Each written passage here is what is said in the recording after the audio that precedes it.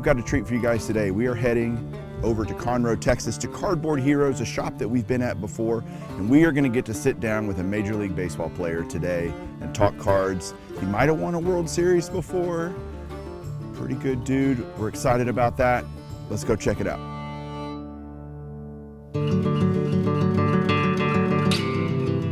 All right, so we're passing through College Station, Texas. See if we can find a local card shop. Surely there's some card shops here. All right, here we go. University Sports Cards in College Station, 45 minutes.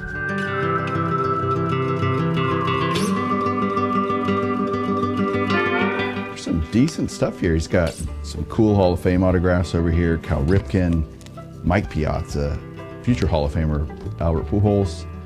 A very cool Vlad Guerrero, actually, triple relic auto. Ben, that's cool, man. It is, man.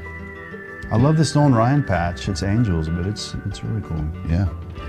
Man, Upper Deck back in the day, they could make some really cool cards. What do you have on this Piazza auto over here? Free. I'll pass. Thank you, though. Appreciate it. That's cool. Well, Bo Jackson, when that came out, that was a big deal. It was a big deal. That's a 10. So look at that. Do you own that card? I don't. What's the price on this guy? $225. $225. I love that. You see anything else? Some football over So here. as we move away from the Cowboys, because we live in Texas, we're starting to get into the Texans. Okay, that's So, fair. You like CJ then? Yeah, can I see this CJ? And then this Nico. All right, where would you be at with all three of these? 260. I'll take it, thank you. What? You're buying something? Yeah. I don't believe it. Well, you're gonna loan me the money, right? That feels about right. Thanks for your time. Well, good, man. Thanks a lot. Yeah, Appreciate thanks, you. man. Yeah, Good to meet you guys. Thank you. Dude, I'm so proud of you for buying some cards. Thank you. I love them. I love having the Bo Jackson. My youngest son's gonna love these two Texan cards. Is he a Texans fan? I mean, we're starting to move that way. Yeah. I have set up a surprise for you. Really? With Brent, yeah. It's gonna be neat. You did that for me? Right up your alley, man. It's something that you are going to just love. Hey, Mike, good to see you again. to see you. Yeah, thank you. This is Ben. Ben, great to meet you. That's Brent. He's the owner of Cardboard Heroes and also the guy who made some really good sports card decisions over the past decade. You might remember a few of them. Well, at one point I had 16 of the true RPAs from National Treasure. Sold Mahomes to get a house. Correct. Yeah. Probably at the same time put that money into Hertz. Correct. Hertz helped fund this. Correct. Okay, who are you buying next so we can both put our money into it? Okay, so we cannot show our wives this episode because after seeing Brent sell cards for homesteads, We would be in so much trouble. we'd be done. Well, this is just some of the stuff that I've collected over the last few years. You know, I think back to the days when I was a kid and I loved to collect sets. And so that's really what I focused on. But as an adult, I've decided to collect sets that are really hard to collect. It's like, okay, I want to take my collecting to the next level. And I think a lot of collectors kind of take that graduated process of going, okay, I've done these things, which are awesome, and I loved it. Now I'm going to move to the next level. How can I make it more challenging? And that's not uncommon to see with people collecting. All right, well, let me start with these. You know, everybody knows about the 52 Tops set. Most people don't realize that there were two different releases in 1951 from Tops. Of course, the one that a lot of people are familiar with, but a lot more rare, are the Major League All-Stars. And so this is one of the sets that I'm working on. Again, probably won't ever complete it because there are 3 specific cards that I think have a pop of either 1 or 2 for the whole card. In 1951, there were 2 sets of cards released by Topps. One was the Connie Mack 11 card set, which many people know about, but the 11 card set that Brent is chasing is one of the most elusive post-war sets of all time, the 1951 Topps Major League All-Star set. These look almost identical to the Connie Macks, except the All-Star set featured 11 active players instead of retired players and has been said to be 10 times harder to find than the Connie Macks. There have only been 178 total cards graded for the entire 11 card set. And Brent is right. The short prints are Robin Roberts and Ed Stanky. Each only have 2 cards ever graded. They're so hard to find, and there's all the names are just like top-notch names in the set. It's Wagner and Ruth, and Yeah, there's Ruth. oh, there's Ruth. So I just want to hold it. I just think it's so There's awesome. Wagner.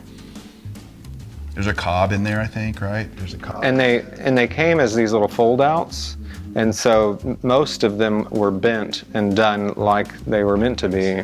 Yeah. Would love to own some of those someday. And he had great examples, like beautiful cards. I love it when a guy just goes, I want the best one I can find. That's right. And the best one I can afford. You know, there's always this wager collecting-wise between dollars and condition. And so you're always trying to balance that. And each one of us has to do that in a different way. Unbelievable, Brent.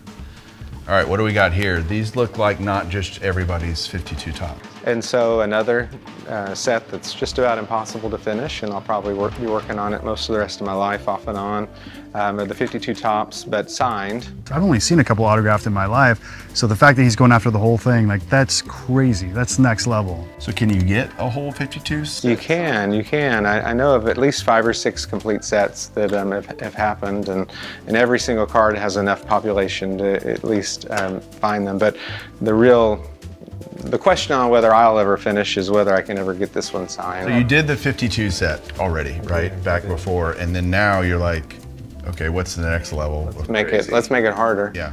And so let's try to see if we can find them. So tell me about this. The W on the Willie, you can kind of see the W there. That's got to be an older signature. That's a playing days signature for that Willie. If you remember, he changed it to that doesn't even look like a W, you know, in his retirement days. I see some other cards here that really remind me of being young. You're too young, but this is us when we were kids.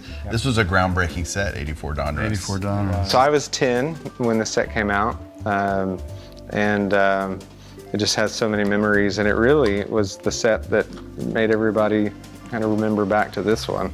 And so you can see the similarities between them with the Yankees, and then just the face and the simple look, and it really kind of catapulted cards in general to the mainstream.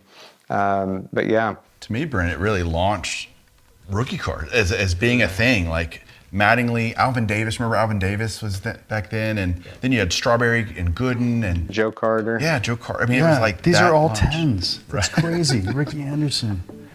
Look at that. Sandberg. Strawberry, Rose. To me, what I would tell any person that's in cards these days is collect what you love, and that's what this set is about. You know, it doesn't have gigantic value just because there's so many of them out there, and if you buy a box, I mean, most of them come out as 8, 9s, and 10s because it's just the card stock that they're on. They're so nice. So many boxes of this have you opened in the last few years? Probably 7 or 8. I really enjoy it, and then just try to find the ones that would grade well. And So you submitted most of these yourself? most of this set I have submitted myself. I'm about halfway done. But yeah, some of the stars are really hard to get. Like, so this one I subbed, the Joe Carter I subbed. The Strawberry I bought, and the Mattingly I had to buy because I've never gotten a 10 out of the Mattingly. I've submitted 8 or 9. Okay, 84 Donruss, no big deal. It's a big deal to people in our generation because it was such a groundbreaking set.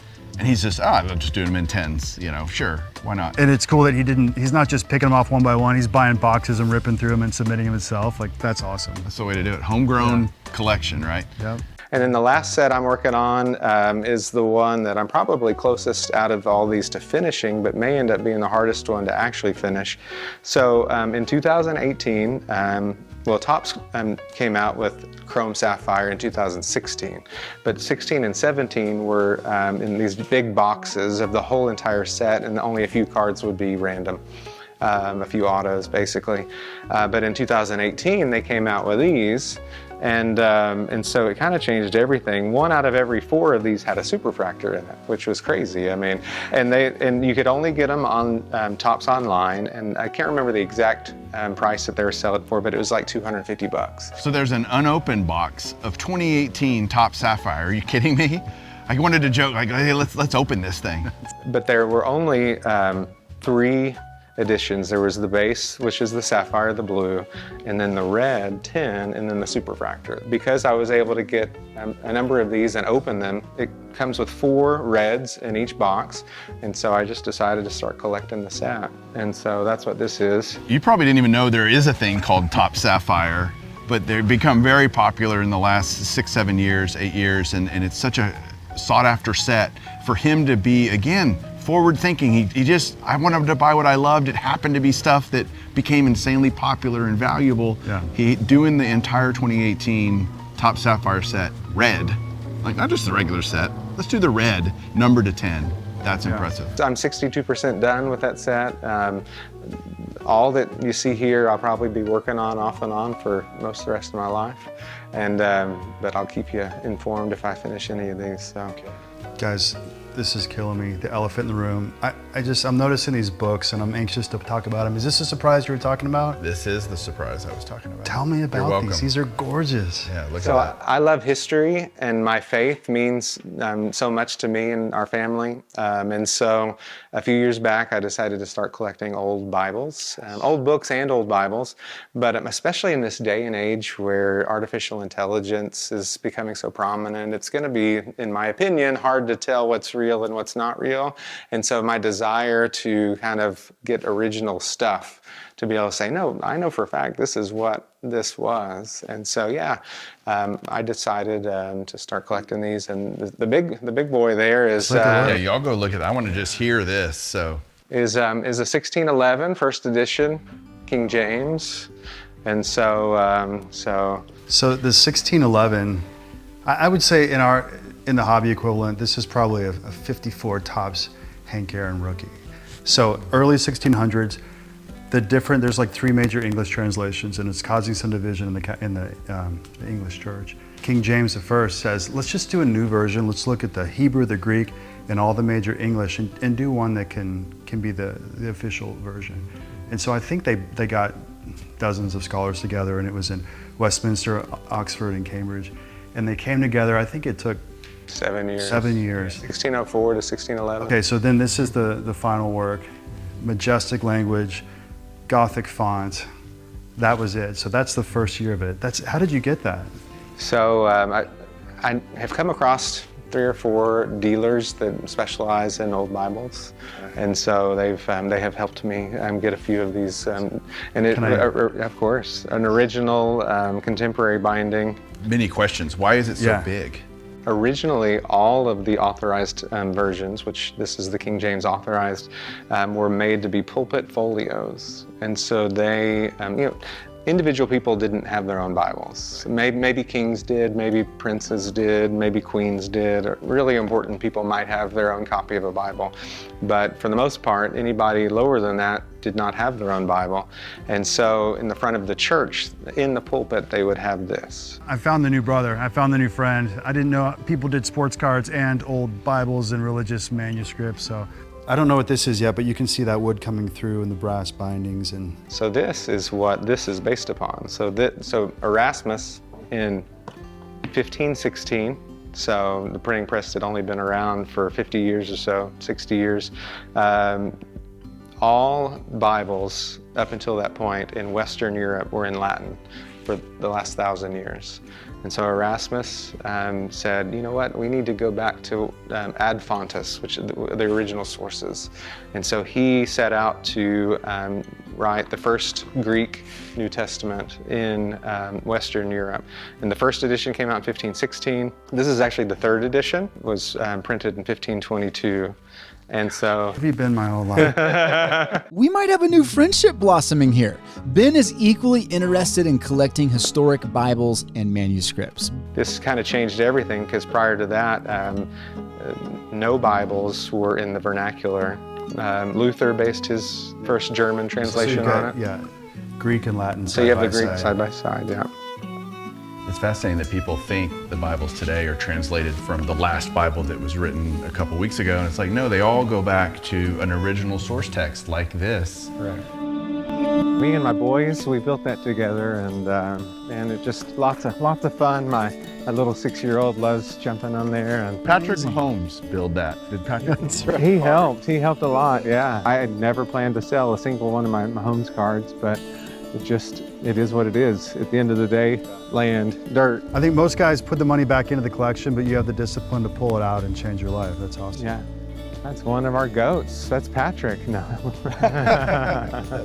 Perfect you wore your Rangers gear today, because me with the Texas Tech connection, I've got Josh Jung, third baseman for the Rangers, coming to the shop this afternoon. Yeah, he's going to do a little private meet and greet for us. He loves collecting his own cards, especially the 101s, and since he's one of my personal collection guys, he reached out to me a couple of months ago, and I think a buddy of his told him that I had some, and so he messaged me on social media, and I said, hey, I'd love to meet you and have you come out, and got some 101s for you to have, and we're going to do a little trade, and he's going to hang out with us for about an hour. That's such a good trade. Yeah. I'm definitely not jealous that Mike and Ben are doing this without me. I mean, it's Josh Jung, 8th pick of the 2019 MLB draft. In 23, he was an All-Star and 4th in Rookie of the Year voting.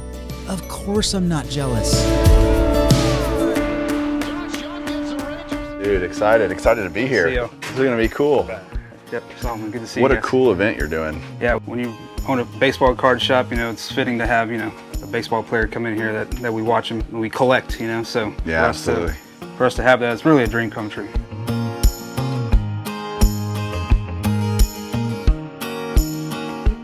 Well, let's do it. Let's rip it. We got an Evan auto. You pulled an Evan pink. I'll have to text him.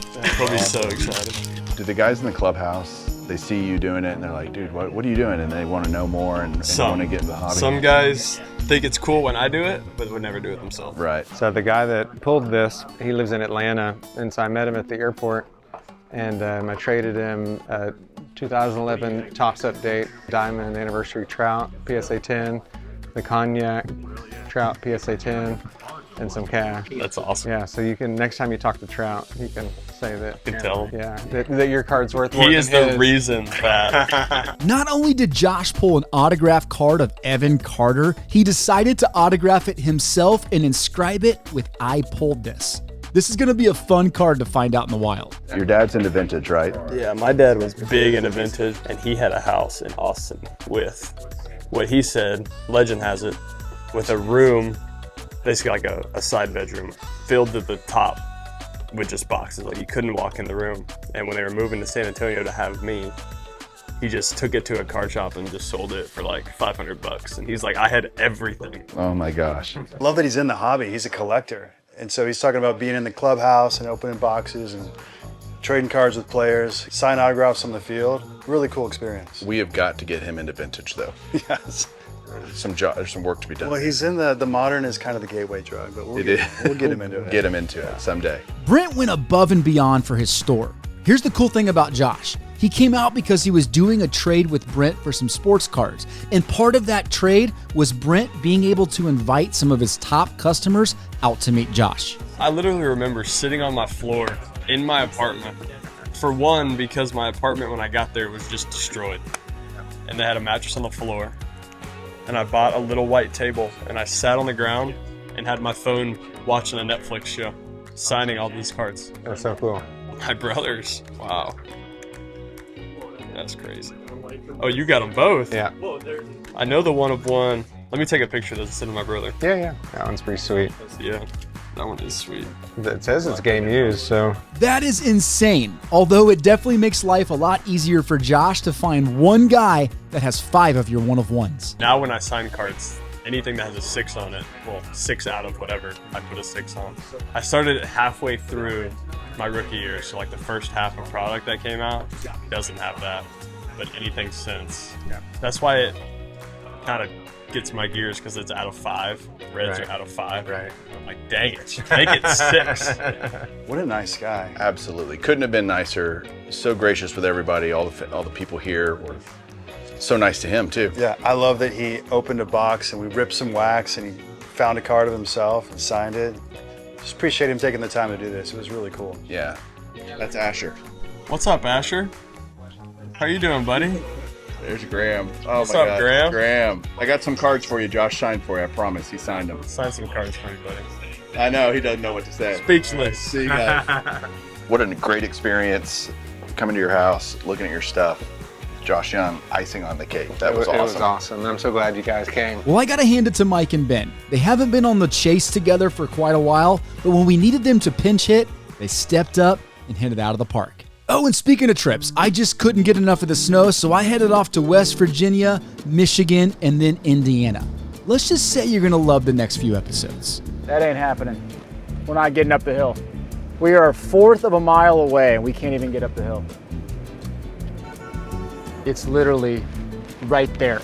We can't get there. But like some of the stuff that he has, these are case hits. These are hits that you chase.